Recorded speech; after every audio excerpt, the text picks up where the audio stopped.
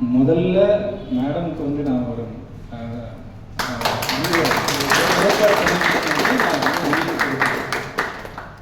இப்போ வந்து இப்போ காலையில் வந்து பார்த்தீங்கன்னா இப்போ ஸ்டார்ட் பண்ணும்போது ஃபஸ்ட்டு நாள் நாங்கள் ரெகுலராக எந்திரிக்கிறது பார்த்தீங்கன்னா ஒரு 7:30 அந்த மாதிரி தான் எழுந்திரிக்கிறோம்.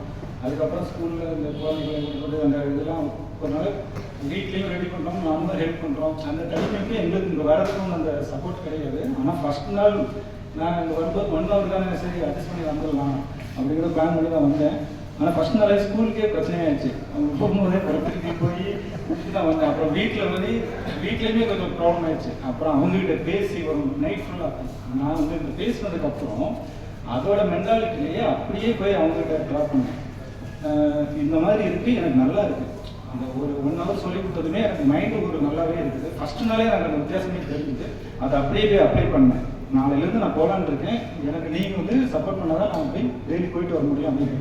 ஓகே, கொஞ்சம் நேரம் அப்படியே கோவமாக அவங்க இருந்தவங்க அப்படியே கவனம் ஆகிட்டாங்க, எனக்கு சப்போர்ட் பண்ணாங்க. அவங்களுடைய சப்போர்ட்னால 5 நாளும் நான் வந்தேன்.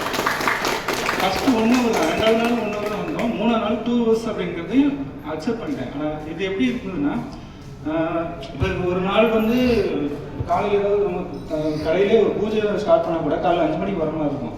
ஈவினிங் ஆக நமக்கு அப்படியே ஒரு டயர்னஸ் ஆகிட்டே இருக்கும். மறுநாள் காலையில் எந்திரிக்க முடியாது. இப்போ இது என்ன ஆகுதுன்னா, அந்த ரொட்டீன் ஒர்க்கு எப்போதும் போலேயே இருக்குது.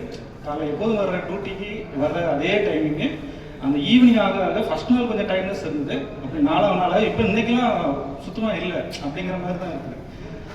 ரொம்ப ஹாப்பியாக இருக்குது, மனம் ரொம்ப ஃப்ரீயாக இருக்குது, ரொம்ப லேஸாக இருக்குது.